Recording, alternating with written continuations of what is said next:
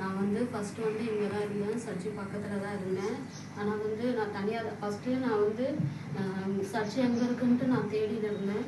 ஆனால் வந்து இந்த இடத்துல வந்து நான் தேடும் போது எனக்கு தெரியல. அப்போ வந்து கனடா சர்ச்சுக்கு தான் போனேன். அங்கே ப்ரேயர் பண்ணி நான் வந்தேன்.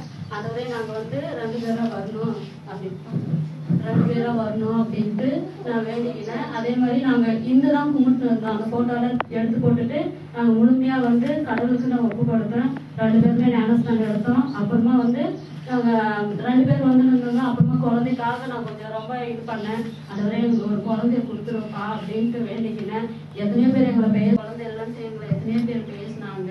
அதனால நான் வந்து கடவுள் கொடுப்பாரு, எனக்கு குறித்த நேரத்தில் அவர் வச்சிருப்பாருன்ட்டு அந்த நம்பிக்கையோடு நான் இருந்தேன். ஹாஸ்பிட்டலுக்கெல்லாம் போனேன். ஆனால் அந்த டாக்டருங்க கூட சொன்னாங்க, முடியாது, உங்களுக்கு வந்து நீர் கட்டி இருக்கு கர்ப்பப்பையில, ஆனால் வந்து உங்களுக்கு இன்ஜெக்ஷன் போட்டால் கூட உங்களுக்கு நிற்காது, இன்ஜெக்ஷன் மூலயமா கூட உங்களுக்கு நிற்காதுன்னு சொல்லிட்டாங்க. அப்போ நான் என்ன பண்ணேன், கடவுளே நீங்களே இருந்து போனேன் அப்படின்ட்டு கடவுள் பாதத்தை பிடிச்சேன். கடவுள் எனக்கு ஒரு குழந்தை, அழகான குழந்தைய, ஒரு ஆண் குழந்தைய கொடுத்தாரு.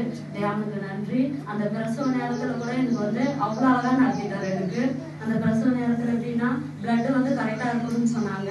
அந்த பிளட்டு ஒவ்வொரு வாரமும் எனக்கு செக் பண்ணும்போது வந்து ஃபஸ்ட்டு செக் பண்ணும்போது வந்து 9.9 இருந்துச்சு, 11 பாயிண்ட் இருக்குமாம்மா பிளட்டு.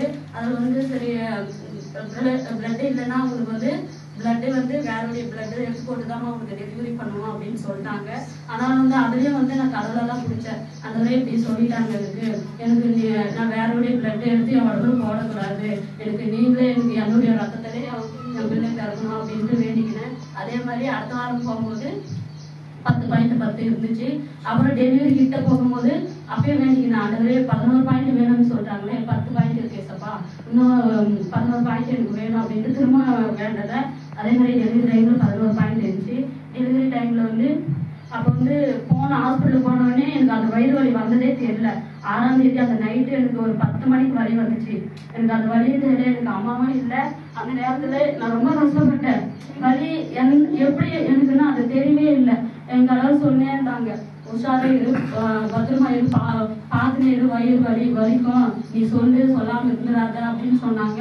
ஆனாலும் எனக்கு அந்த வலி வந்தது கூட தெரியல. அடிவயிறு மட்டும் வலிச்சுது. அப்புறம் இடுப்பு வலிக்கணும்னு தான் சொன்னாங்க. அது இடுப்பும் வலிக்கல எனக்கு.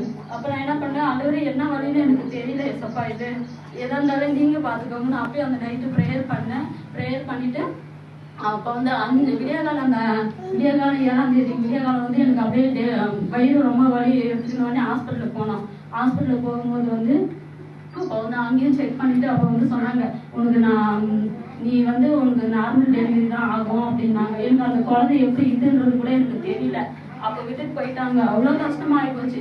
எங்கள் மாமியார் என்னோட கூட இருந்தாங்க. இங்கே இருக்கும்போது எப்படி நான் டெலிவரி ஆகும்போது என் கூட யாருமே இல்லைன்னு ரொம்ப கஷ்டப்பட்டு இருந்தேன். ஆனால் கடவுள் வந்து என்னை வந்து அழகாக நடத்திட்டாங்க. அந்த இடத்துல எங்கள் அம்மா வீட்டு சைடும் வந்து பார்த்தாங்க, எங்கள் மாமியார் வீட்டு சைடும் வந்து பார்த்தாங்க.